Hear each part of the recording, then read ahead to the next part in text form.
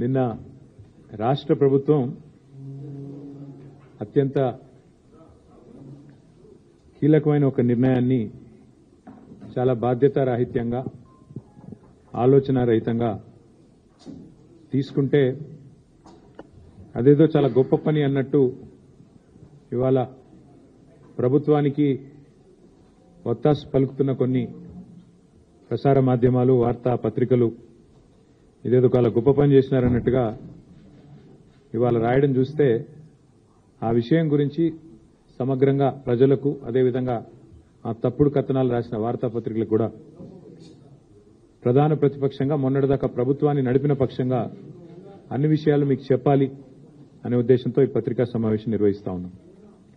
హైదరాబాద్ మహానగరానికి మేము 2014లో బాధ్యత తీసుకున్న నాడు కేవలం ఒక 20-25% మాత్రమే ఆనాడు అప్పుడెప్పుడో 2008లో 2007లో డాక్టర్ వైఎస్ రాజశేఖర రెడ్డి గారు ముఖ్యమంత్రిగా ఉన్నప్పుడు మొదలు మెట్రో కోసం టెండర్లు పిలిస్తే పబ్లిక్ ప్రైవేట్ పార్ట్నర్షిప్ భాగస్వామ్యంలో మొదలు మేటాస్ అనే ఒక సంస్థ వచ్చింది. చాలా ఆశ్చర్యంగా ఆ రోజు పత్రికలు అన్ని రాసినాయి. ఈ సంస్థ ఉల్టా గవర్నమెంట్కి పైసలు ఇస్తుందంట, గవర్నమెంట్ డబ్బులు పెట్టే అవసరం లేదంట, అంటే ఇందులో ఇన్ని లాభాలు ఉన్నాయా అన్నట్టుగా ఆ రోజుల్లో వార్తాపత్రికల్లో కథనాలు వచ్చినాయి. అంటే మెట్రో అనేది చాలా లాభసాటి అని చెప్పడానికి ఆ రోజుల్లోనే అంటే ఈ రకంగా పబ్లిక్ ప్రైవేట్ పార్ట్నర్షిప్ భాగస్వామ్యంలో చేస్తే తప్పకుండా ఉల్టా గవర్నమెంట్కే దాదాపు నెక్స్ట్ 30-35 ఇయర్స్ డబ్బులు ఇస్తాం అని ప్రైవేట్ సంస్థలు చెప్తున్నాయి అంటూ ఆ రోజుల్లో పత్రికల్లో పతాక శీర్షికల్లో కథనాలు వచ్చినాయి. సరే, కారణాలు ఏమైనప్పటికీ ఆ తర్వాత ఆ సంస్థ పోయింది వెనుకకి. తర్వాత ఎల్ఎన్టీ అనే సంస్థ అల్టిమేట్ గా మళ్లీ తిరిగి టెండర్ తీసుకున్నది. ఇది ఏషియాలో కాదు ప్రపంచంలోనే అతి పెద్దదైన public private partnership in metro rail రంగంలో ప్రపంచంలోనే అతిపెద్ద పబ్లిక్ ప్రైవేట్ పార్ట్నర్షిప్ భాగస్వామ్యంతో ఆనాడు అప్పుడున్న కాంగ్రెస్ ప్రభుత్వం ఈ టెండర్ పిలిచి ఫైనలైజ్ చేసి ఎల్ఎన్టీ అనే సంస్థకు అప్పచెప్పింది. 2014లో తెలంగాణ రాష్ట్రం ఏర్పడే నాటికి అప్పటికే ఒక 20% దాకా పని కూడా పూర్తయింది. పని మొదలైంది, పని ఒక 20% పూర్తయింది. కానీ కేసీఆర్ గారు ఎప్పుడైతే బాధ్యత తీసుకున్నారో ప్రజా రవాణా యొక్క ప్రాముఖ్యత తెలిసిన వ్యక్తిగా, గతంలో రవాణా శాఖ మంత్రిగా కూడా వారికి ఉన్న అనుభవం, ప్రజా రవాణాలో ఉండే సాధక బాధకాలు అన్నీ తెలుసు కాబట్టి చాలా ఆలోచనతో ఆ సంస్థ కొంత ఆందోళన పడిన ఇనీషియల్ డేస్లో అప్పుడు కూడా మీరే రాసినారు వార్తాపత్రికల్లో, తెలంగాణ ఏర్పడ్డది, రైడర్షిప్ తగ్గుతుంది, చాలా మంది వెనక్కి వెళ్ళిపోతారేమో అంటే వాళ్ళని పిలిచి కూర్చోబెట్టి చెప్పారు. ఈ నగరము ఇవాళ కొన్ని లక్షల మంది ఇక్కడ ఐటీ ఉద్యోగులు ఉన్నారు. ఇంకో రాబోయే రోజుల్లో ఇంకా దీనికి రెట్టింపు 3 రెట్లు పెరుగుతారయ్యా, మీరేమాత్రం కంగారు పడాల్సిన అవసరం లేదు. హైదరాబాద్ ఒక ఉజ్వల నగరంగా భారతదేశంలో కాదు ప్రపంచంలోనే పెరుగుతుంది అని చెప్పి వాళ్ళకి ధైర్యం చెప్పి మీకేం కాదు అని చెప్పి చాలా గట్టిగా ఆనాడు కేసీఆర్ గారు ధైర్యం ఇచ్చి మొత్తానికి 2014లో మేము బాధ్యత తీసుకుంటే 2017 కల్లా మెట్రో మొదటి దశ పూర్తి చేసి గౌరవ ప్రధానమంత్రి గారిని ఆ ప్రారంభోత్సవానికి కూడా 3 ఏళ్ల కాలంలోనే మొదటి దశ పూర్తి చేసి ఆహ్వానించి వారి చేతుల మీదుగానే 17లో మీకు గుర్తుండాలి నవంబర్ 29 నాడు మెట్రో మొదటి దశని సక్సెస్ఫుల్ గా మాకు 20-25% పనితో కాంగ్రెస్ ప్రభుత్వం అప్పజెప్తే మేము మొదటి దశ పూర్తి చేసి మొదటి కారిడార్ను వితిన్ 3 ఇయర్స్ కంప్లీట్ చేసి మేము ఇనాగ్రేట్ చేయడం జరిగింది. అట్లాగే ఆ తర్వాత కోవిడ్ వచ్చింది. కోవిడ్ వచ్చినాక మీకు తెలుసు అన్ని ప్రజా రవాణాలు మొత్తం ఎక్కడికక్కడ స్తంభించిపోయే పరిస్థితి. అప్పుడు కూడా మళ్ళీ ఇట్లాగే ఎల్ఎన్టీ వాళ్ళు కంగారు పడ్డారు, ఏమైపోతుందో మా భవిష్యత్తు అన్నట్టుగా నష్టాల్లో ఉన్నాం అది ఇదంటే కూడా ఆ రోజు మళ్ళీ కేసీఆర్ గారు పిలిచి మీకు అవసరమైతే సాఫ్ట్ లోన్ ఇస్తాం, వడ్డీ లేని రుణం ఇస్తాం, ఎందుకంటే నడపాలి ప్రజా రవాణా అన్నప్పుడు ప్రజలకు ఒక బాధ్యతతో మీరు 2070 దాకా ఉన్నది మీకు, కాబట్టి మీరు నడపాలి అని చెప్పి వారికి ధైర్యం చెప్పి కేసీఆర్ గారు ఆనాడు ప్రభుత్వం నుండి ఒక లోన్ ఇచ్చి soft loan, interest free soft loan 3000 crores ఇస్తామని చెప్పాము. అందులో 900 కోట్లు ఇచ్చాం కూడా. ఇచ్చి కేబినెట్ అనుమతితో ఆ రోజు ధైర్యం చెప్పి ఆ ఎల్ఎన్టీ సంస్థను నడిపించింది కేసీఆర్. చివరికి ఏ స్థాయికి పెరిగింది హైదరాబాద్లో మెట్రో అంటే మాకు హైదరాబాద్లో ఉండే ప్రజలు, నేను ఎందుకంటే కొద్దిగా సోషల్ మీడియాలో యాక్టివ్గా ఉంటా కాబట్టి నాకు కంప్లైంట్లు చేసే స్థాయికి వచ్చింది. సార్ మాకు కోచ్లు సరిపోతలేవు, 5 లక్షల మంది ఇలా ప్రయాణం చేస్తున్నారు ప్రతిరోజు, అమీర్పేట లాంటి చోట్ల పీక్ అవర్స్ లో మీద పడుతున్నారు, సరిపోవట్లేదు, కోచ్లు పెంచండి, ట్రైన్లు పెంచండి అని అడిగే కాడికి మెట్రో రైడర్షిప్ కూడా పెరిగింది. కేసీఆర్ గారి ప్రభుత్వంలో, బీఆర్ఎస్ ప్రభుత్వంలో ఆ స్థాయికి మేము మెట్రోని తీసుకొచ్చాం. అట్లాగే 69 కిలోమీటర్లు మెట్రోని పూర్తి చేసి ఒక పాత నగరం మినహా, పాత బస్తీ మినహా, ఓల్డ్ హైదరాబాద్ మినహా ఇక్కడ కూడా మరి ఆవాస హోటల్ వరకే వీళ్ళు ఒరిజినల్ గా పెట్టింది. ఏది మాదాపూర్లో. అక్కడి నుంచి మళ్ళీ రహేజా మైండ్ స్పేస్ దాకా కూడా ఎక్స్టెండ్ చేపించాం. దాదాపు ఇంకో 1.2 కిలోమీటర్స్ వారితో మాట్లాడి ఎక్స్టెండ్ చేపించి, ఎందుకంటే అత్యధికంగా అక్కడ ఉన్నారు ఉద్యోగులు, ఐటీ ఉద్యోగులు. ఆ రహేజా మైండ్ స్పేస్ అనే ఒక్క కాంప్లెక్స్ లో 100 ఎకరాల కాంప్లెక్స్ లో కొన్ని వేల మంది ఉద్యోగులు పనిచేస్తా ఉన్నారు. కాబట్టి అర్థవంతంగా ఆలోచనతో స్కై వాక్లు పూర్తి చేసి ఇంత అద్భుతంగా హైదరాబాద్ మెట్రోని భారతదేశంలో మేము దిగిపోయే నాడు రెండవ అతిపెద్ద metro network in the country was Hyderabad. ఏది ఢిల్లీ తర్వాత రెండవది హైదరాబాద్. మేము ఇంకొక పని కూడా చేశాం. దిగిపోయే ముందు మేము సరిగ్గా ఒక 6 నెలల ముందు హైదరాబాద్ మిగతా అన్ని నగరాలకు కూడా భారతదేశంలో దాదాపు ఆ మెట్రో నగరాలకి ఎయిర్పోర్ట్ నుంచి సిటీకి మెట్రో ఉంది, ఎక్స్ప్రెస్ ఉంది, మన దగ్గర లేదు, ఇది ఆలోచన లేకుండా చేశారు అని చెప్పి కేసీఆర్ గారు ఒక నిర్ణయం తీసుకొని మరి ఎయిర్పోర్ట్ మెట్రో కూడా ఆనాడు మరి మైండ్ స్పేస్ నుంచి డైరెక్ట్ గా శంషాబాద్కి, ఏది ఓఆర్ఆర్ ఎంబడ తీసుకొని పోయేందుకు కూడా టెండర్ పూర్తి చేసినాం, శంకుస్థాపన చేసినాం. బ్రహ్మాండంగా మొత్తం టెండర్ పూర్తి చేసి ఎల్ఎన్టీ అనే సంస్థనే ఆ అవార్డు దక్కించుకున్నది. వాళ్ళు పని మొదలు పెట్టాలంతే. ఇంకా అద్భుతం ఏంటంటే, ఏ మాటకు ఆ మాట ఆనాడు కాంగ్రెస్ ప్రభుత్వం డాక్టర్ రాజశేఖర రెడ్డి గారు ఎప్పుడైతే ఓఆర్ఆర్ నిర్మాణం చేశారో ఒక మంచి పని చేసినారు. అందులో ఏం చేసినారు, ఓఆర్ఆర్ చుట్టూతా మెట్రో రైల్ కారిడార్ కూడా స్థలం సేకరించి పెట్టినారు. అందుకే మేమేమనుకున్నామంటే మెట్రో అనేది రహేజా మైండ్ స్పేస్ నుంచి, ఎందుకంటే అక్కడ లక్షల మంది ఐటీ ఉద్యోగులు రావడం పోవడం, ఓఆర్ఆర్ ఎట్లా ఉంది కానీ విపరీతంగా పెరుగుతున్నది, చుట్టూ అపార్ట్మెంట్లు వస్తున్నాయి, అక్కడ విపరీతమైన ట్రాఫిక్ రద్దీ కూడా పెరుగుతున్నది. కాబట్టి ఇక్కడి నుంచి కేవలం ఎయిర్పోర్ట్ వరకే పోదు, అది మధ్యలో స్టాప్స్ కూడా ఉంటాయి. బుద్వేల్లో, శంషాబాద్లో, యువతల నార్సింగిలో ఇన్ని స్టాప్స్ ఉంటాయి, ఖాజాగూడలో. దానివల్ల ఏమవుతుంది, ఎవరైనా అవసరమైతే ఫైనాన్షియల్ డిస్ట్రిక్ట్ లో పనిచేసే వాళ్ళు కానీ, రాయదుర్గంలో పనిచేసే వాళ్ళు కానీ, మైండ్ స్పేస్ లో పనిచేసే వాళ్ళు కానీ శంషాబాద్ లో ఉంటూ కూడా రోజు వచ్చిపోవచ్చు. ప్రజా రవాణా వాడుకుంటూ, ఎయిర్పోర్ట్ కోసమనే కాదు, శంషాబాద్ లో ఉండేవాళ్ళు కానీ. ఇప్పుడు ఏమైందంటే హైదరాబాద్ లో మధ్యతరగతి ప్రజలకి మరి ధరలు ఎంత పెరిగిపోయినాయంటే, ఇవాళ హైదరాబాద్ లో ఒక ఫ్లాట్ కొనుక్కునే బదులు కొద్దిగా దూరం పోతే, ఒక అర్ధగంట అవతలికి పోతే ఆడ చిన్న ఇల్లు దొరుకుతుంది 250 గజాలు 300 గజాలలో. అందుకే అట్లా ఆలోచించి చాలా మంది దూరవతలికి పోతున్నారు. సో అట్లా ఇవన్నీ ఆలోచించి హైదరాబాద్ విస్తరిస్తున్నది అనే ఆలోచనతో 37 కిలోమీటర్ల ఎయిర్పోర్ట్ మెట్రో ఎక్స్ప్రెస్ కూడా అంకురార్పణ చేసింది బీఆర్ఎస్ ప్రభుత్వం. ఇంత ఆలోచనతో ట్రాన్సిట్ ఓరియంటెడ్ డెవలప్మెంట్ ఉండాలి. ఎందుకంటే బుద్వేల్లో మనం ఆ ప్రభుత్వం ఉన్నప్పుడే, కేసీఆర్ ప్రభుత్వం ఉన్నప్పుడే అక్కడ భూమిని కూడా మేము ఆక్షన్ చేశాం. అక్కడ కూడా ఐటీ కారిడార్ తేవాలి అని. కాబట్టి అక్కడ కూడా ఒక స్టాప్ పెట్టినట్టయితే వచ్చిపోయేటోళ్ళు అక్కడ శంషాబాద్లో ఉన్నా, బుద్వేల్లో ఉన్నా, ఇంకొక ఫైనాన్షియల్ డిస్ట్రిక్ట్ ఇంకో ఐటీ కారిడార్ అక్కడ వస్తుంది. కాబట్టి ఇన్ని ఆలోచనలతో మెట్రోని విస్తరించాలి అని అక్కడ దాకా చేసినాం. దాంతోపాటు క్యాబినెట్ లో మీకు యాదికి ఉండాలి, 1 కాదు 2 కాదు 400 కిలోమీటర్ల మెట్రో విస్తరణకు పచ్చజెండా ఊపింది కేసీఆర్ ప్రభుత్వం. గుర్తు తెచ్చుకోండి మీరు. మొత్తం ఓఆర్ఆర్ చుట్టూ 160 కిలోమీటర్లు, అట్లాగే ఇటు భువనగిరి దాకా, అటు సంగారెడ్డి దాకా, ఇటు షాద్ నగర్ దాకా, అట్లా ఇటు మన వికారాబాద్ దాకా అనుకుంటాను గుర్తుంటే, కడతాల్ వరకు, ఇక్కడ మహేశ్వరం కాన్స్టిట్యూన్సీ కూడా కడతాల్ దాకా కేబినెట్ ఆమోదం కూడా ఇచ్చినాం. ఇచ్చి దశల వారీగా చేసుకుంటూ పోతాం. ఒకటే రోజు చేస్తామని మేమేమి రంగుల కళ లాంటి సినిమా చూపెట్టలేదు. దశల వారీగా చేస్తాము. ప్రజా రవాణా అత్యంత ప్రాముఖ్యత కలిగింది. ఈ టర్మ్ ఖచ్చితంగా వస్తామా, ఈ టర్మ్ లో మళ్ళీ ఒక 100-150 కిలోమీటర్లు చేసుకుంటాం, ఆ తర్వాత వచ్చే టర్మ్ లో ఇంకింత అట్లా అనుకుని దశల వారీగా చేద్దామని ప్రణాళికలు రూపొందించాం.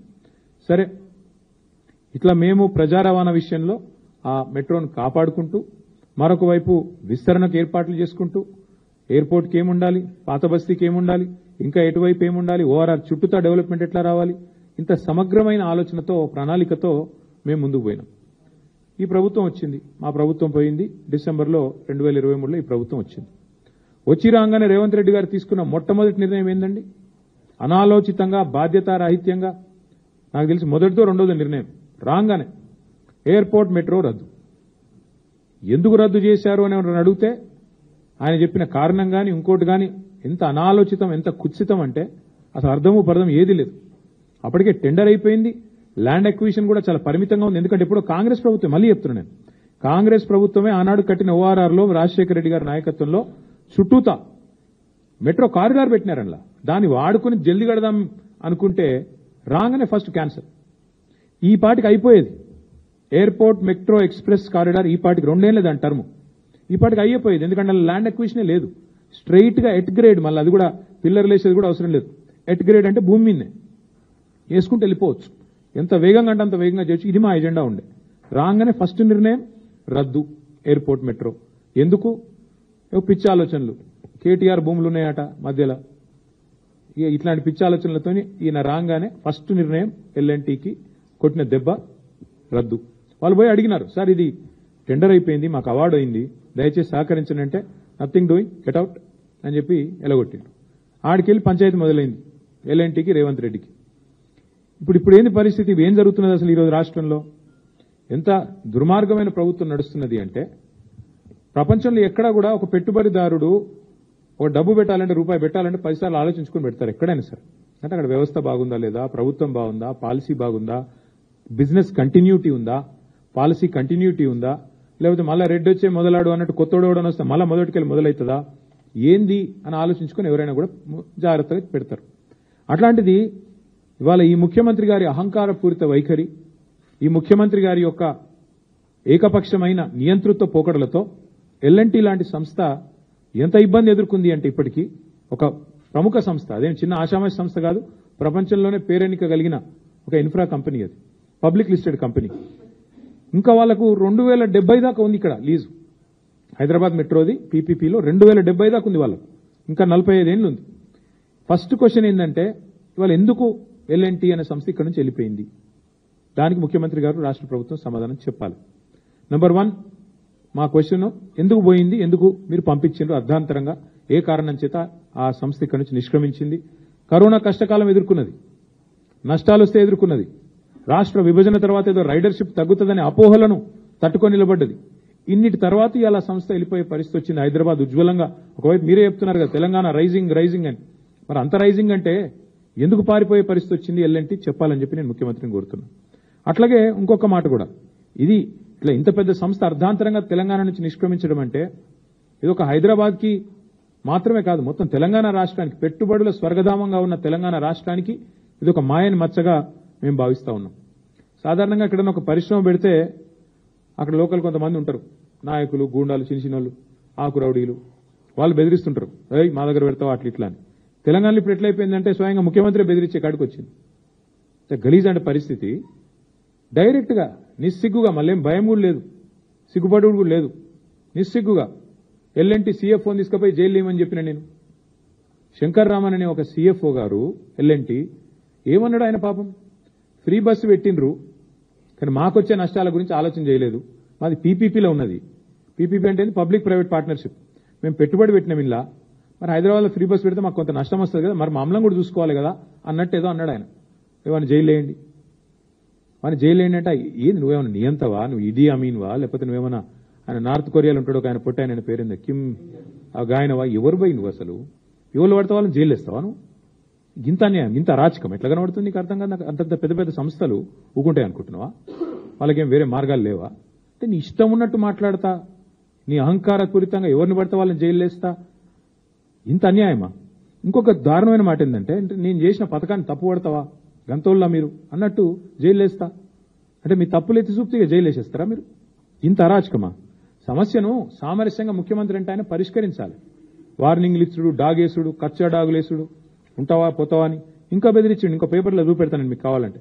ఓ స్పీచ్లో చెప్తున్నాడు ముఖ్యమంత్రి, ఎల్ఎన్టీకి కేసీఆర్ అంటే కేటీఆర్ అంటే ఇష్టం ఉండొచ్చు, కానీ ఇప్పుడు ముఖ్యమంత్రి రేవంత్ రెడ్డి యాద పెట్టుకోండి అంటే ఇక ఓపెన్ దాదాగిరి.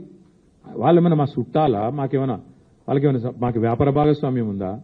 ఎల్ఎన్టీకి నేను కేసీఆర్ గారు ఎందుకు ఇష్టం ఉంటామండి, నాకు అర్థం కాదు. ఆయన తిక్కలోడు కానీ వాళ్ళ మీద డాగేసుడు, ఇదంతా ఎట్లుందంటే ప్యాటర్న్. ఏం జరిగింది ఇవాళ? మాకు అర్థమైన కాడికి చివరికి ఆఖరికి ఆ సంస్థ మా వల్ల కాదు ఇక్కడ తెలంగాణ వ్యాపారం చేయడం అని చెప్పి పారిపోయే పరిస్థితి వచ్చింది. ఎందుకు? దీని వెనకాల లోతైన కుట్ర ఉంది. ఎల్ఎన్టీ మీద ముఖ్యమంత్రి గారి పగ ఈ రోజుది కాదు. మేడిగడ్డ బరాజులో 2 పిల్లర్లు కుంగినాయి, 7th బ్లాక్లో 2 పిల్లర్లు కుంగినాయి. ఇది అక్టోబర్ 2023లో. ఆ సంస్థ ఏం చేసిన తర్వాత కాంగ్రెస్ ప్రభుత్వం వచ్చినాక వీళ్ళు పిలిస్తే ముందుకు పోతావా అని ఇంకా బెదిరించండి. ఇంకో పేపర్లో చూపెడతానండి మీకు కావాలంటే.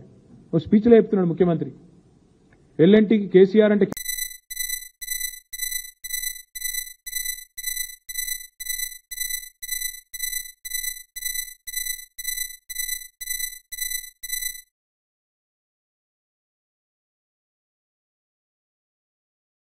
ఎట్లుందంటే ప్యాటర్న్ ఏం జరిగింది ఇవాళ మాకు అర్థమైన కాడికి చివరికి ఆఖరికి ఆ సంస్థ మా వల్ల కాదు ఇక్కడ తెలంగాణలో వ్యాపారం చేయడం అని చెప్పి పారిపోయే పరిస్థితి వచ్చింది. ఎందుకు?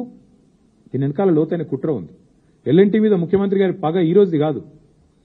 మేడిగడ్డ బరాజులో 2 పిల్లర్లు కుంగినాయి. 7th బ్లాక్ లో 2 పిల్లర్లు కుంగినాయి. ఇది అక్టోబర్ 2023లో. ఆ సంస్థ ఏం చేసిన తర్వాత కాంగ్రెస్ ప్రభుత్వం వచ్చినాక వీళ్ళు పిలిస్తే ముందుకు వచ్చి రాష్ట్ర ప్రజల మీద రూపాయి భారం పడకుండా మేము పునర్నిర్మాణం చేస్తాం 7th బ్లాక్ అని వాళ్ళు ముందుకు వచ్చారు. ఈయన కోపం అది. మేడిగడ్డ కొట్టుకపోవాలని నేను చూస్తుంటే కాళేశ్వరం కూలేశ్వరం అయిపోయిందని చెప్పి నేను రోజు మొత్తుకుంటే నాకు లాభం అవుతుంది, కాళేశ్వరం ప్రాజెక్టును బద్నాం చేసి బతుకుదాం అనుకుంటే వీళ్ళు వాళ్ళ సొంత పైసలు పెట్టి రూపాయి అవసరం లేకుండా రాష్ట్ర ప్రజల మీద భారం పడకుండా ఎల్ఎన్టీ సంస్థ మొత్తం కడతానని వస్తే ఇక నేను ఇన్రోల్ చేసిన ప్రచారం అంతా చిల్లర ప్రచారం అని తేలిపోతుంది కదా అనేది ముఖ్యమంత్రి గారి దుగ్ధ.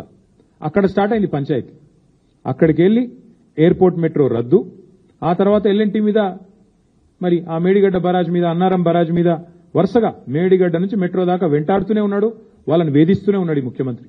జైలు వేస్తా అంటాడు. ఈ రకంగా పిచ్చి మాటలు మాట్లాడి చివరికి ఆ ఎల్ఎన్టీ అనే సంస్థ కక్షగట్టి మరి ఇవాళ నానా యాగి చేసి వాళ్ళని వెళ్ళిపోయేటట్టు చేసింది కేవలం రేవంత్ రెడ్డి గారే. ఏం తప్పు చేసింది ఎల్ఎన్టీ? మీకు అడ్డం వచ్చిందా? మీ బాంబులేటి శ్రీనివాసరెడ్డి గారి కంపెనీకి అడ్డం వచ్చిందా? ఇక్కడ కాంట్రాక్ట్లల్లో ఏమైంది? ఇబ్బంది ఏంది? ఇచ్చుకున్నావు కదా నువ్వే. నారాయణపేట కొడంగల్ లిఫ్ట్ ఇరిగేషన్ ప్రాజెక్టులో ఇదే ఎల్ఎన్టీ సంస్థ ఒక అంతర్జాతీయ సంస్థ. వాళ్ళకట క్వాలిఫికేషన్ లేదంట, బాంబులేటి కంపెనీకి మాత్రం క్వాలిఫికేషన్ ఉందంట. అంటే అంత గొప్ప కంపెనీ బాంబులేటిది, కానీ ఎల్ఎన్టీకి మాత్రం లేదంట. అట్లా ముఖ్యమంత్రి గారు కక్షగట్టి ఆయన సొంత నియోజకవర్గంలో ఉండే నారాయణపేట కొడంగల్ వరకు కూడా ఎల్ఎన్టీని కావాలని టెక్నికల్ గా డిస్క్వాలిఫై చేయించి ఇన్సల్ట్ చేసి మీరు మా రాష్ట్రంలో నేనున్నంత కాలం పనిచేయడానికి వీల్లేదు అని చెప్పి కక్షగడితే చివరికి వాళ్ళు ఈయనకు వంత పాడకపోతే మేడిగడ్డ కొట్టుకపోతుంది అని నువ్వు చేసే చిల్లర ప్రచారానికి వంత పాడకపోతే అది రిపేర్ చేయొచ్చు, ఆ రిపేర్ కూడా మేమే చేస్తాం 250 కోట్లు పెట్టి అని చెబితే నీకు నచ్చక వాళ్లకు కాంట్రాక్టులు దక్కకుండా చేసి వాళ్ళను బతకనీయకుండా చేసి సంస్థ లాభాలకు వెళ్లి నష్టాలకు పోయేటట్టు చేసి చివరికి ఈ రకంగా ఎలగొట్టిండి. వాళ్ళ మెడలు పెట్టి నూకేసినట్టు ఒక రకంగా చెప్పాలంటే. తెల్లారులేస్తే ఈ ముఖ్యమంత్రి గారు మీరు వింటా ఉంటారు, ఖజానా ఖాళీ, నా దగ్గర పైసలు లేవు, కోసుక తింటారా నన్ను, ఏం చేయాలి నేను అని మాట్లాడతారు. తెల్లారులేస్తే అప్పు పుడతలేదు అండ్ తెల్లారులేస్తే డైలాగు రోజు. మరి వాళ్ళు నేను అడుగుతున్నా ముఖ్యమంత్రి గారిని, 15,000 కోట్ల రూపాయలు ఇవాళ మీరు తీసుకున్న ఈ అనాలోచిత నిర్ణయం వల్ల 15,000 కోట్ల రూపాయలు ఏదైతే ఒక ప్రైవేట్ సంస్థ భారం మోసిందో ఇన్ని రోజులు, ఇవాళ అది మొత్తం వచ్చి రాష్ట్ర ప్రజల నెత్తి మీద పడ్డది.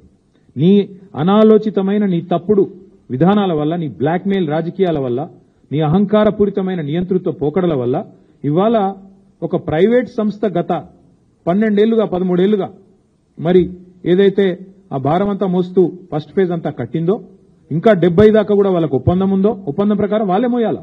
నష్టం వచ్చినా కష్టం వచ్చినా వాళ్ళకి ఇచ్చిన భూముల్లో కట్టుకోవాలి. ఆ కట్టుకున్న ద్వారా మీకు ఐడియా ఉండొచ్చు, లేదంటే ఒక నిమిషం చెప్తాను. మెట్రో సంస్థకి అప్పట్లో ఉన్న ప్రభుత్వం, కాంగ్రెస్ ప్రభుత్వం 280 ఎకరాల స్థలం ఇచ్చింది హైదరాబాద్లో, విలువైన స్థలం. ఏం చెప్పింది వాళ్ళకి? మీరు 18 కోట్ల చదరపు అడుగుల్లో మీరు రియల్ ఎస్టేట్ కట్టుకోండి, కట్టుకుంటే దానివల్ల మీకు దగ్గర 50% ఆదాయం మీకు దాని నుంచే వస్తుంది కిరాయిల ద్వారా. 18 కోట్ల అడుగులంటే 18 crore square feet of constructed space కట్టుకోమని చెప్పి ఇచ్చినారు. ఇంకో 50% టికెట్ల ద్వారా, 45% ఇట్లా ఈ కట్టుకున్న వాటి నుంచి వచ్చే రెంటల్స్ ద్వారా, 18 కోట్లు కట్టిన దాని నుంచి వచ్చే రెంటల్ ద్వారా, ఇంకొక 5% అడ్వర్టైజ్మెంట్ల ద్వారా వాళ్ళు చేసుకోవాలి. అంటే నీకు 2070 దాకా ఇట్లా సంపాదించుకునే మార్గం ఉంది ఎల్ఎన్టీకి. వాళ్ళు నిర్మాణ రంగ సంస్థ, వాళ్ళు ఫటాఫట్ కొన్ని కట్టినరు కూడా, పంజగుట్టలో మాల్ కట్టినరు, ఎర్రమంజిల్లో కట్టినరు, మాదాపూర్లో కట్టినరు, మిగతా కూడా కట్టిపించేది ఉండే నువ్వు. ఇప్పుడు ఆ 15,000 కోట్ల భారం వాళ్ళ మీదకి వెళ్ళి నీ నెత్తి మీద ఎందుకు పెట్టుకున్నావు? నీ నెత్తి మీదకి వెళ్ళి బలవంతంగా రాష్ట్ర ప్రజల మీద ఎందుకు రుద్దుతున్నావు? ఇవాళ ఉదయం ఆసిఫాబాద్ లో మా ఎమ్మెల్యే కోవాలక్ష్మి గారు ఐటీడీఏ ఉద్యోగులు, అవుట్ సోర్సింగ్ ఉద్యోగులు 7 నెలల నుంచి జీతాలు వస్తలేవని ధర్నా చేస్తుంటే ఆడ పోయి వాళ్ళకి సంఘీభావం అని చెప్పి వాళ్లకు మద్దతుగా గొంతు కలిపింది మా ఎమ్మెల్యే కోవాలక్ష్మి. ఐటీడీఏ ఉద్యోగులు, చిన్న ఉద్యోగులు, అవుట్ సోర్సింగ్ వాళ్ళు, వాళ్ళకు 7 నెలల నుంచి జీతాలు లేవు. కానీ ముఖ్యమంత్రి 15,000 కోట్ల భారం ఇలా రాష్ట్రం మీద మోపుతా ఉన్నాడు. ఎవరి కోసం? ఎవరి కోసం? నీ అహంకారం కోసమా? నీ నోటి దీనికోసమా? దేనికోసం చేస్తా ఉన్నావు? ఇప్పటికే మీ వల్ల, మీ చేతగాంతనం వల్ల పరిశ్రమలు వెళ్ళిపోతా ఉన్నాయి. ఒకటి గుజరాత్కు పోయింది కేన్స్, ఇంకోటి ఏపీకి పోయింది ప్రీమియర్, చెప్పుకుంటూ పోతే తమిళనాడుకు ఇంకోటి కార్నింగ్ పోయింది. ఇప్పుడు ఎల్ఎన్టీ కూడా మొత్తం రాష్ట్రం వదిలిపెట్టి వెళ్ళిపోయింది. నేను పొద్దున్నే ఎల్ఎన్టీ సంస్థలో ఉండే ఇంకో ఐటీ కంపెనీ ఉంటుంది మైంట్రీ అని, వాళ్ళతో కూడా మాట్లాడినా. వాళ్ళు కూడా చెప్తున్నారు ఇక మా వాళ్ళకి ఇక్కడ నచ్చలేదు సార్, ఎందుకంటే సతాయిస్తున్నారు, వాళ్ళు కూడా ఆలోచన చేస్తున్నారు, ఎక్స్పాన్షన్ ఇక్కడ చేయొద్దు, వేరే కాడ చేసుకోవాలని నిర్ణయం తీసుకున్నారు అని మాట్లాడుతున్నారు. ఇంత అన్యాయంగా వ్యవహారం చేసి ఒక ఇట్లుంటది. ఇప్పటికే 2,20,000 కోట్లు అప్పు చేసిండు రేవంత్ రెడ్డి. ఈ 22 నెలల్లో నెలకు 10,000 కోట్ల రూపాయల చొప్పున కాగ్ చెప్పింది, నేను చెప్పట్లేదు. 2,20,000 కోట్ల అప్పు చేసిండు. ఇవాళ మరొక 15,000 కోట్ల అప్పు. దీనివల్ల ఎవరి కోసం, దేనికోసం ఈ అప్పు ఎవరు కడతారు? నేను అడిగేది ఈ ముఖ్యమంత్రి గారిని, మీరు దేనికి పైసలు లేవంటారు? ఆర్టీసీ కార్మికులను ఆదుకునేందుకు పైసలు లేవు, ఉద్యోగస్తులకు డిఏలు ఇచ్చేందుకు పైసలు లేవు, రిటైర్డ్ అయిన ఉద్యోగులకు రిటైర్మెంట్ బెనిఫిట్స్ ఇచ్చేందుకు పైసలు లేవు, 6 గ్యారంటీల అమలుకు పైసలు లేవు. మరి 15,000 కోట్ల అప్పు ఎందుకు, ఎవరి కోసం, ఏ కారణం చేత మీరు తీసుకుంటున్నారో చెప్పాలని చెప్పి నేను కోరుతా ఉన్నాను. మాకైతే స్పష్టమైన సమాచారం ఉంది. ముఖ్యమంత్రి గారి ఎజెండా పెద్దగా ఉంది. ముఖ్యమంత్రి ఏం చేసినా దాని ఇంకొక లెక్క ఉంటుంది. ఆ లెక్క ఏంది అంటే, ఈ 280 ఎకరాల మీద ముఖ్యమంత్రి గారికి ఆయన అనుయాయులకు అనువడ్డది. ఈ 280 ఎకరాలు ఏదైతే ప్రభుత్వం మెట్రోకి ఇచ్చిందో వాటిని వాపసు తీసుకోవడం వల్ల ఏమైందంటే ఆ ల్యాండ్స్ అన్ని అయితే అమ్ముకోవచ్చు వాళ్ళ ఫ్రెండ్స్కి, ఫ్యామిలీకి, ఫ్రెండ్స్ అండ్ ఫ్యామిలీ బెనిఫిట్ స్కీమ్లో ఇష్టం వచ్చినట్టు అడ్డికి పావుచేరు అమ్ముకోవచ్చు, లేదా ఇంకెవరికైనా వాళ్ళకు దగ్గరగా ఉండే కొన్ని సంస్థలకు, ఇక మీకు తెలుసు వాళ్ళు ఎవరో, నేను చెప్పని పేర్లు చెప్తే మళ్ళీ మీరు కొంతమంది లైవ్లు ఇవ్వలేరు, మీ బాధ నాకు తెలుసు, కాబట్టి వాళ్ళకు అమ్ముకోవచ్చు. ఇది ఆయన ఎత్తుగడ. 280 ఎకరాలు ఇవాళ ఆ రకంగా అమ్ముకోవాలన్నది వారి ఆలోచన. అట్లాగే కొన్ని మాల్స్ ఉన్నాయి కట్టి, ఇక ఆ మాల్స్ని ఏం చేస్తారో, వాటిని ఎవరెవరికి రాసుకుంటారో, అడ్డగోలు దోపిడీకి ఎట్లా తెరదీస్తారో మీరు చూస్తారు. 20 నెలల్లో ఒక ఇటుక పెట్టలేదు, ఒక యూరియా బస్తీ ఇవ్వలేదు, కానీ 15,000 కోట్ల అప్పు మాత్రం మోస్తాం అని చెప్పి. ఇంకా విచిత్రం ఏంటంటే నాకు చాలా ఆశ్చర్యం అనిపించింది. చెప్పేటోళ్ళకి లేదు కానీ రాష్ట్రంలోకి అయితే ఉండాలి కదా. ప్రభుత్వ చేతికి మెట్రో, ఇన్ని రోజులు ప్రభుత్వం చేతిలో కాకపోతే ఎవరి చేతిలో ఉంది మెట్రో? కొద్ది రాసేటప్పుడు చూసుకొని ఆలోచించుకొని రాయాలి కదా. పీపీపీ అంటే ఏంటి? Public private partnership. Metro has always been with government. ఇప్పుడు ఓఆర్ఆర్ మీద ఎవడో పనికి మళ్ళీ రాస్తాడు, ఓఆర్ఆర్ ప్రైవేట్ వాళ్ళకి అమ్మేసిండ్రు, అనేటోడు అంటాడు రాష్ట్రాలకు ఉండాలి కదా. అమలే స్వామి లీజు, అది లీజే ఇది లీజే. జిఎంఆర్ ఎయిర్పోర్ట్ కూడా లీజ్ మీదే ఉంది, మళ్ళీ అల్టిమేట్ గవర్నమెంట్కి వస్తుంది. ప్రజల సంపద అది, అది రేవంత్ రెడ్డిదో కేటీఆర్దో ఇంకోవలదో వ్యక్తుల సంపద కాదు. ఓఆర్ఆర్ అయినా లీజ్కే ఇచ్చాము, మెట్రో కూడా మనం లీజ్కి ఇచ్చిందే కాంగ్రెస్ ప్రభుత్వం, జిఎంఆర్ ఎయిర్పోర్ట్ను కూడా ఆనాడు చంద్రబాబు గారి ప్రభుత్వం లీజ్కి ఇచ్చింది. కాబట్టి ఇవన్నీ కూడా లీజులు తప్ప ఇదెవరో అమ్మినరు, ఇంకోరెవరో తిన్నారు, అవన్నీ డబ్బులు వెనకాలేసుకున్నారు, ఇట్లాంటి పనికిమాలిన మాటలు కరెక్ట్ కాదు. కానీ ఇవాళ రేవంత్ రెడ్డి గారి నిర్వాహకం ఎంత దరిద్రం అంటే, 15,000 కోట్ల అప్పు, అనవసరపు అప్పు రుద్దుతుంటే దాని మీద అందంగా రాస్తారు ఏమని, ఇదేదో మెట్రో తిరిగి స్వాధీనం చేసుకున్నది ప్రభుత్వం, ఇన్ని రోజులు ఏదో ప్రైవేట్ వ్యక్తుల చేతుల్లో ఉన్నట్టు. ఇంకా విచిత్రం ఏంటంటే, ఈ ఎల్ఎన్టీ సంస్థను తెల్లారలేస్తే ముఖ్యమంత్రి గారు దునమాడుతుంటారు, మేడిగడ్డ ఇట్లా చేసినారు, అసలు నారాయణపేట కొడంగల్కి వీళ్ళు పనికిరారు అని. మరి వాళ్ళే ఏఐసీసీ ఆఫీస్ కూడా కట్టిరు ఢిల్లీలో ఎల్ఎన్టీ. అది తెలియదు పాపం ఆయనకి, డబ్బులు ఈయనే పంపిండు, కానీ పాపం పేమెంట్ ఎవరు చేసిండ్రో ఆయనకు తెలియదు. అట్లాగే ఇంకొక మాట కూడా నేను చెప్తా ఉన్నా, మేము 10 ఏళ్లలో ఎన్నో భూసేకరణ సమస్యలు అన్ని అడ్డం వస్తే కూడా వాటిని ఒక్కొక్కటిగా వస్తాయి, రొటీన్గా ఇన్ఫ్రాస్ట్రక్చర్ వర్క్లు ఇవన్నీ వస్తాయి, అవన్నీ చేసి క్లియర్ చేసి చివరికి 70 కిలోమీటర్లు పూర్తి చేసి ఎల్ఎన్టీకి ఎప్పటికప్పుడు ధైర్యం చెప్తూ నడపండి మీరు అని చెప్పి ధైర్యం చెప్పి చివరికి 3,000 కోట్ల సాఫ్ట్ లోన్ కూడా కేబినెట్లో అనుమతి ఇచ్చి అందులో 900 కోట్లు కూడా ఇచ్చాం. ఇచ్చి దాని ప్రజా రవాణా వ్యవస్థ సాధారణంగా నష్టాల్లో పోయినా దాని లాభం నష్టం అని చూసుకోకుండా ప్రజలకు ఉపయోగపడుతుంది. కాబట్టి ఆ రకంగా మేము ముందుకు తీసుకొని పోతే ఇవాళ ఇష్టం వచ్చినట్టుగా ఆలోచన లేకుండా ఇష్టం వచ్చినట్టు రద్దు చేసినారు. ఇంకా విచిత్రమైన ఒక మాట చెప్తాను మీకు, ప్రజా రవాణా పట్ల ముఖ్యమంత్రి గారికి ఉన్న అవగాహన గురించి. రహేజా మైండ్ స్పేస్ దగ్గర రోజు ట్రాఫిక్ జామ్ అవుతున్నది. ఇవాళ రేపు మీరు రోజు వీళ్ళ పెడుతున్నారు సోషల్ మీడియాలో, పిల్లలు కూడా ఓ ఇంత ట్రాఫిక్ అయింది అంత ట్రాఫిక్ అయింది, టీ హబ్ దగ్గర టీ వర్క్స్ దగ్గర అని మీరే పెడతారు. కొంతమంది నన్ను తిట్టేటోళ్ళు కూడా ఉన్నారు అందులో కింద, ఎప్పుడు ట్రాఫిక్ జామ్ అయినా ఇంకా కూడా నన్నే తిరుగుతున్నారు. సరే అది ఓకే. వాస్తవం ఏంటంటే ఈ ఎయిర్పోర్ట్ మెట్రో వస్తే అది ఉండేది కాదు, సమస్య కొంత ఉపశమనం లభించేది. ముఖ్యమంత్రి గారికి అది ఇష్టం లేదు. రహేజా మైండ్ స్పేస్ నుంచి ఎయిర్పోర్ట్ పోయే మెట్రో ఇష్టం లేదు. కానీ ఎక్కడికి కావాలంటే తెలుసా? Shamshabad to future city. Future లేని ఫ్యూచర్ సిటీకేమో మెట్రో కావాలంట ముఖ్యమంత్రి గారికి. అద్భుతంగా ప్రజెంట్లో ఇవాళ ఎక్కడైతే విపరీతమైన ట్రాఫిక్ రద్దీతో అల్లాడిపోతున్నారో హైదరాబాద్ ప్రజలు, దాన్ని మాత్రం బొందబెట్టిండు సక్సెస్ఫుల్ గా. గింత తెలివినది ముఖ్యమంత్రి గారికి. అట్లాగే ఇంకొక మాట కూడా నేను అడుగుతా ఉన్నా ముఖ్యమంత్రి గారిని. అయ్యా ముఖ్యమంత్రి గారు, మీరు పెద్ద పెద్ద మాటలు చెప్తున్నారు, మేము తీసేసుకుంటాం, టేక్ ఓవర్ చేసేస్తాం, ప్రభుత్వం తీసుకున్నది అని ఇలా బ్యానర్ పెట్టిన వార్తాపత్రికలను కూడా అడుగుతున్నా. ప్రభుత్వం తీసుకున్న ప్రజా రవాణా ఆర్టీసీ ఉద్యోగులందరినీ మేమే మా గవర్నమెంట్ ఉన్నప్పుడే విలీనం చేసినాం ప్రభుత్వ ఉద్యోగులుగా. ఈ రోజు ఆర్టీసీల పరిస్థితి ఏందండి? ఈ ప్రభుత్వం, కాంగ్రెస్ ప్రభుత్వం వచ్చినాక ఆర్టీసీ ఉద్యోగులను విలీనం చేస్తూ కేసీఆర్ ప్రభుత్వం చర్యలు తీసుకున్నా, నిర్ణయం తీసుకున్నా, జీవో ఇచ్చినా ఈ రోజు వరకు అపాయింటెడ్ డే ఇయ్యలే ఈ ముఖ్యమంత్రి, ఈ ప్రభుత్వం, కాంగ్రెస్ ప్రభుత్వం. ఆర్టీసీలో ఇప్పటివరకు ఒక నియామకం చేయలే మీరు. అందుకే డ్రైవర్లకు, కండక్టర్లకు ఇలా విపరీతమైన పనిభారం పెరిగింది, ముఖ్యంగా ఫ్రీ బస్ పెట్టినాక. ఒక్కొక్కరు 12 గంటల నుంచి 16 గంటలు పనిచేస్తున్నారు నాన్ స్టాప్ గా ఆర్టీసీలో. పనిభారం, ఒత్తిడి కారణంగా శారీరక సమస్యల వల్ల, గుండెపోటు లాంటి విషయాల వల్ల కూడా, సమస్యల వల్ల కూడా చాలా మంది చచ్చిపోతున్నారు. చిన్న చిన్న కారణాలకు గత 20 నెలల కాలంలో 600 మందిని ఉద్యోగాల నుంచి తొలగించినారు. వాళ్ళు పాపం లేబర్ కోర్టుల చుట్టూ తిరుగుతున్నారు. ఆర్టీసీలో యూనియన్లను పునరుద్ధరిస్తామని మాట ఇచ్చినారు, ఇంకా చాలా చెప్పారు. కానీ ఈ రోజు వరకు ఒక్కటంటే ఒకటి పని చేయలేకపోగా ఇంకేం చేస్తున్నారు మీరు? ఎలక్ట్రిక్ బస్సులు కూడా ఆర్టీసీకి ఇస్తలేరు, ప్రైవేటైజేషన్ చెప్పి ఇవాళ ఇచ్చేస్తా ఉన్నారు. ప్రైవేట్ వ్యక్తులకు ఇచ్చి డ్రైవర్, కండక్టర్, మెకానిక్ సిబ్బందిని తీసేసే ప్రయత్నం చేస్తా ఉన్నారు. ఉన్న ఆర్టీసీనే ఫినిష్ చేసే ప్రయత్నం చేస్తున్నారు. ఇక పండుగలు వచ్చినాయంటే చాలు, మళ్ళీ రేపు దసరా వస్తుంది కదా, మీరు చూడండి, మహిళకు ఫ్రీ, పురుషుడికి డబుల్. అది ఎక్కడ లెక్కనో నాకైతే తెలియదు. మరి పండుగలకు ఎవరైనా గిఫ్ట్లు ఇస్తారు? రేవంత్ రెడ్డి గారు ఇట్లాంటి గిఫ్ట్, రిటర్న్ గిఫ్ట్ ఇస్తున్నాడు. ఏంటిది? ఏ పండుగ అయినా, రంజాన్ అయినా, బక్రీద్ అయినా, క్రిస్మస్ అయినా, దసరా అయినా పక్కా తోఫా అయింది మీకు, డబల్ ఆర్టీసీ ఛార్జీలు. మీరు చూడండి, రేపు మళ్ళీ టికెట్లు దయచేసి తెలంగాణ ప్రజలు చూడాలని చెప్పి కోరుతా ఉన్నాను నేను. ఒక్క ఎలక్ట్రిక్ బస్సుల వల్ల ఈ ముఖ్యమంత్రి తీసుకున్న నిర్ణయం వల్ల ఉన్న ఆర్టీసీ దాదాపు 20,000 మంది ఉద్యోగాలు పరిస్తున్నది. మహాలక్ష్మి కారణంగా నష్టాలు వస్తున్నాయని ఆర్టీసీ సంఘాలు చెప్తుంటే, కార్మికులు చెప్తుంటే, వాళ్ళకి ఇవ్వాల్సిన బకాయిలు ఇస్తలేరు. ఉన్న ఆర్టీసీనే నడిపే ముఖం లేదు నీకు. నెల నెల ఆర్టీసీకి 600 కోట్లు ఇచ్చే ముఖం లేదు. 15,000 కోట్లు తీసుకొని ఎట్లా మోస్తావు నువ్వు మెట్రోని? చెప్పు నాకు, ప్రజలకు కనీసం సమాధానం ఇవ్వండి. ఇంకొక మాట కూడా మిమ్మల్ని అడుగుతా ఉన్నా దయచేసి. ఇట్లాంటి కీలకమైన నిర్ణయం తీసుకున్నప్పుడు ఏ ప్రభుత్వం అయినా 15,000 కోట్ల భారం మోయాలి అంటే ఒక కేబినెట్ సబ్ కమిటీ వేస్తారు, కొంత చర్చిస్తారు, అధికారులతో, స్టేక్ హోల్డర్స్తో అందరిని పిలిచి మాట్లాడతారు, అర్థం చేసుకుంటారు. తర్వాత కేబినెట్ తీసుకుపోతారు, కేబినెట్లో చర్చ పెడతారు, అధికారుల కమిటీలు వేస్తారు. ఇదేం లేదు, చెట్ మంగ్ని ఫట్షాది. పొద్దున ముఖ్యమంత్రికి అనిపించింది, సాయంత్రం వరకు ఒడగొట్టాలి. జూబ్లీహిల్స్ ప్యాలెస్ లో కలవడ్డది అర్ధరాత్రి, తెల్ల వరకు ఒడిచిపోవాలి. అంతేనా? ఇక చెట్ మంగ్ని ఫట్షాది. అది ఏం ఆలోచన లేదు, పాడు లేదు. నేను అడుగుతున్నా ముఖ్యమంత్రి గారిని, 15,000 కోట్ల రూపాయలు అప్పు ఎవరు కడతారు? నువ్వు ఎట్లాగో 2 నెలల్లో పోతావు, తర్వాత ఎవరు కట్టాలా? ఎవరి మీద వేసిపోతావు? అట్లాగే ఇది ఎఫ్ఆర్బిఎం పరిధిలోకి రాదా ఈ అప్పు? కేంద్ర మంత్రులు 2 ఉన్నారు ఇక్కడ. మెట్రో యాక్ట్ ఉంది, సెంట్రల్ యాక్ట్. అసలు మీరు కేంద్ర ప్రభుత్వానికి ఇన్ఫర్మేషన్ అని ఇచ్చిండ్రా? ఇట్లా చేస్తున్నామని, పీపీపీలో ఉన్నదాన్ని మీరు తీసుకుంటున్నామని చెప్పిండ్రా? ఒక పబ్లిక్ సెక్టర్ అండర్టేకింగ్ కంపెనీ పెడతారా? ఈ 15,000 కోట్ల రుణం ఎట్లా మోస్తారు?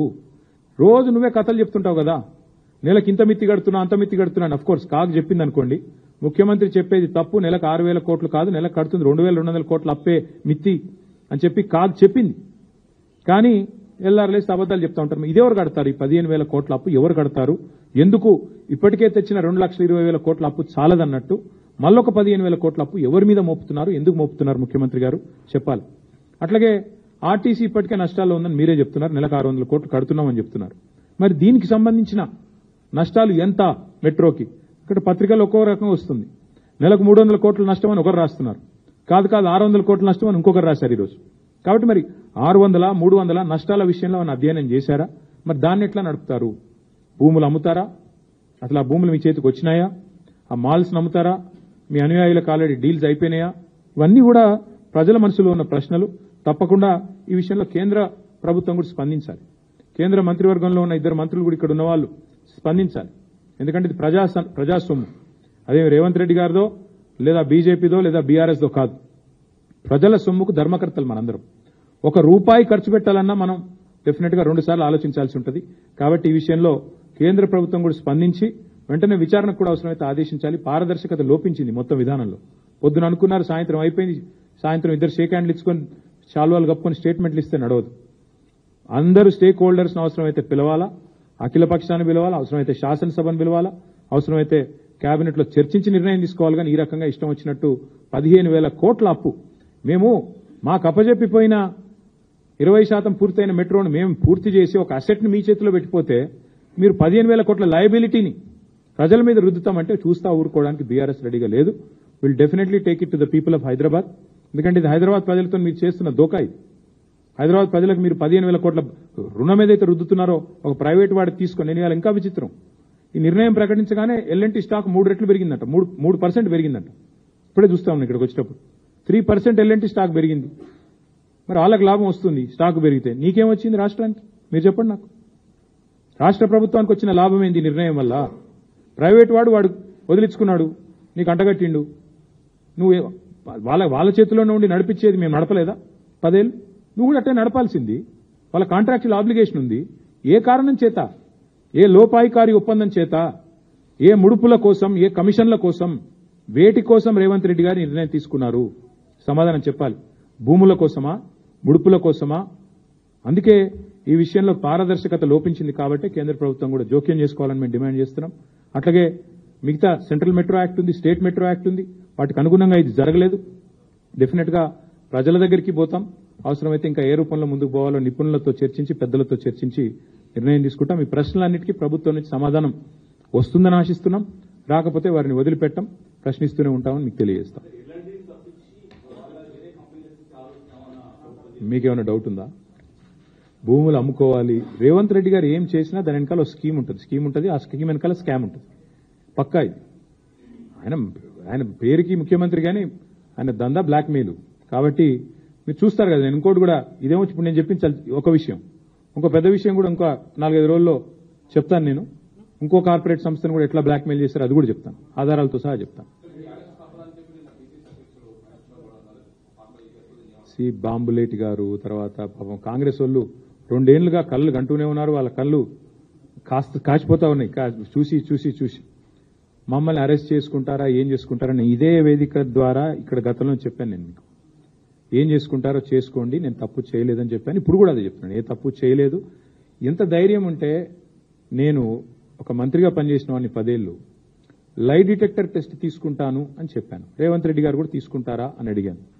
ఆయన మీద ఏసీబీ కేసు ఉంది, నా మీద ఏసీబీ కేసు ఉంది, రండి అని చెప్పాను. ఇప్పుడు కూడా మళ్ళీ అదే ఆఫర్ ఇస్తున్నాను. ఇట్లాగే కెమెరాలు పెట్టండి, ఒక 10-15 లై డిటెక్టర్ టెస్ట్ నేను మీ కెమెరాల ముందు తీసుకుంటాను. నేను తప్పు చేయలేదు. నిజాయితీకి ధైర్యం ఎక్కువ. సరే దానికి కొంతమంది అహంకారం అనొచ్చు కాక, కానీ నేనేమంటానంటే అల్టిమేట్గా నేను తప్పు చేయలేదు కాబట్టి నాకు ఆ ధైర్యం ఉంది. కానీ ఇది అప్రస్తుతం, అనవసర విషయం. అరెస్ట్ చేసుకుంటారా, ఏం చేసుకుంటారో వదిలేయండి, నాది పెద్ద ఇష్యూ కాదు. నన్ను అరెస్ట్ చేస్తే ఆయన కొంత పైశాచిక ఆనందం వస్తుంది కావచ్చు, అది కూడా ఓకే. కానీ మేము వదిలిపెట్టాం కాంగ్రెస్ పార్టీని. 4,000 రూపాయలు ముసలోళ్ళకి ఎప్పుడు ఇస్తావు? 2,500 ఆడబిడ్డలకు ఎప్పుడు ఇస్తావు? స్కూటీలు ఎప్పుడు ఇస్తావు? తులం బంగారం ఎప్పుడు ఇస్తావు? నువ్వు ఎన్ని డైవర్షన్ గేమ్లు ఆడినా మేము మాత్రం అదే పట్టుకుంటాం. మా ఇష్యూ చిన్నది. మమ్మల్ని అరెస్ట్ చేసుకుంటారా, కేసులు పెడతారా, ఏం చేస్తారా, అదోకే. మేము ప్రజల తరపున అడుగుతూనే ఉంటాం, వదిలిపెట్టాం.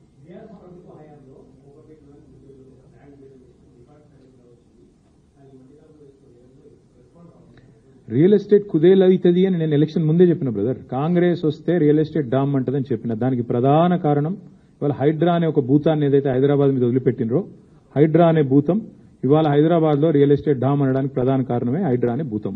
హైడ్రా అనేది కేవలం బ్లాక్ మెయిలర్లకు ఆలంబనగా మారింది. దానివల్ల ఇవాళ 100 కోట్ల రూపాయలు చేతులు మారుతా ఉన్నాయి. హైడ్రా అనే సంస్థ వల్ల ఇవాళ బిల్డర్లను, అదేవిధంగా కాంట్రాక్టర్లను బెదిరించడానికి, కొంతమంది స్థలం యజమానులను బెదిరించడానికి. మీరు చూడండి, హైడ్రా అనేది పెద్దవాళ్లకు మాత్రం చుట్టం, పేదవాళ్లకు మాత్రం భూతం.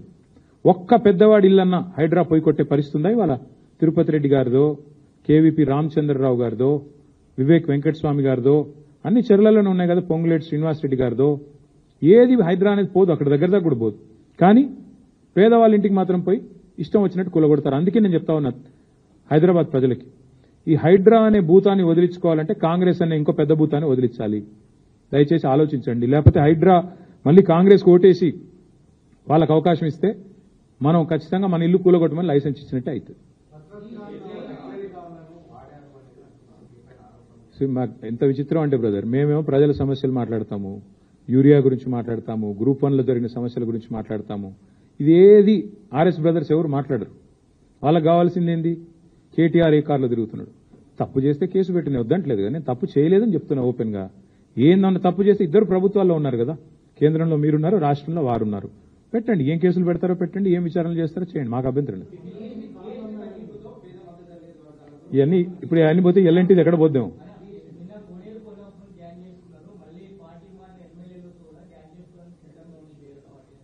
అని ఎవరు చెప్పారు మీకు? అంటా ఉన్నారంటే అన్న వాళ్ళని అడగండి, నాకు తెలియదు. ఎస్, 100% మంచి మెజారిటీ. ఎందుకంటే హైదరాబాద్ లో 2023లో కూడా ఒక్క సీటు కూడా కాంగ్రెస్ గెలవలేదు. ఒకే ఒక్క సీటు అడ్డిమారి గుడి దెబ్బలాగా బీజేపీ గెలిచింది. ఈసారి కూడా మళ్లీ తిరిగి హైదరాబాద్ ప్రజల ఆశీర్వాదంతో, జుబ్లీహిల్స్ ప్రజల ఆశీర్వాదంతో మా అభ్యర్థి శ్రీమతి మాగంటి సునీత గోపీనాథ్ గారు మంచి మెజారిటీతో నెగ్గుతారు, మాకు విశ్వాసం. Thank you. ఎవరన్నా ఏమన్నా అనుకోని, మేమనేది ఏమంటే అల్టిమేట్ గా హైదరాబాద్ లో ఇదివరకు గెలిచాము, రేపు గెలుస్తాము, మళ్లీ గెలుస్తాము. హైదరాబాద్ ప్రజల ఆశీర్వాదం కేసీఆర్ గారికి ఉంటుంది. కరెక్ట్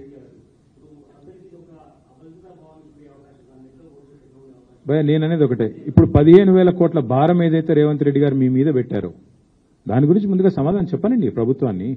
అది ప్రైవేట్ వాడు మోస్తున్న అప్పుల భారాన్ని నీ మీద ఎందుకు తెచ్చుకున్నావు? ఇలా చెప్పు, నువ్వు రాష్ట్ర ప్రజలకు చెప్పు. ప్రైవేటు సంస్థ 2070 దాకా ఆ భారాన్ని మోస్తూ నడపాల్సిన కాంట్రాక్చువల్ ఆబ్లిగేషన్ వాళ్ళ మీద ఉండే, ఆదుకోవాల్సి ఉండే వాళ్ళను. కావాలంటే సాఫ్ట్ లోన్ మేము ఇచ్చిన, మీరు కూడా ఇచ్చేది ఉండే. సాధక బాధకాలు ఉంటాయి ఆపరేషన్స్ లో, ప్రజా రవాణాలు, మాకు తెలుసు. అది ప్రభుత్వాన్ని నడిపిన వాళ్ళుగా మాకు బాధ్యత ఉంది. నువ్వేం చేసినావు? జైల్లో పెడతా, తోడుకలు తీస్తా, నేను చెప్పినట్టు వినకపోతే ఎల్ఎన్టీ మేడిగడ్డ కూలిపోయిందని చెప్పకపోతే ఊకోను, నువ్వు రిపేర్ ఎట్లా చేస్తావు, నీకు బ్లాక్ లిస్ట్ చేస్తా అన్నట్టుగా ఇవాళ ఇష్టం వచ్చినట్టు చేస్తే ఏమైంది? ఇవాళ సంస్థ పారిపోయింది ఇది లేక. 100% ముఖ్యమంత్రి గారు, వారి అనుయాయులు, ఆయన వెనకాల ఉండే కొంతమంది రియల్ ఎస్టేట్ బ్రోకర్లు ఈ భూముల మీద కన్నేసే ఇదంతా చేశారనేది నా అనుమానం. అనుమానం నిజమా కాదా మీరు చూస్తారు, భవిష్యత్తులో మీరే చూస్తారు ఎవరెవరి కిందకి.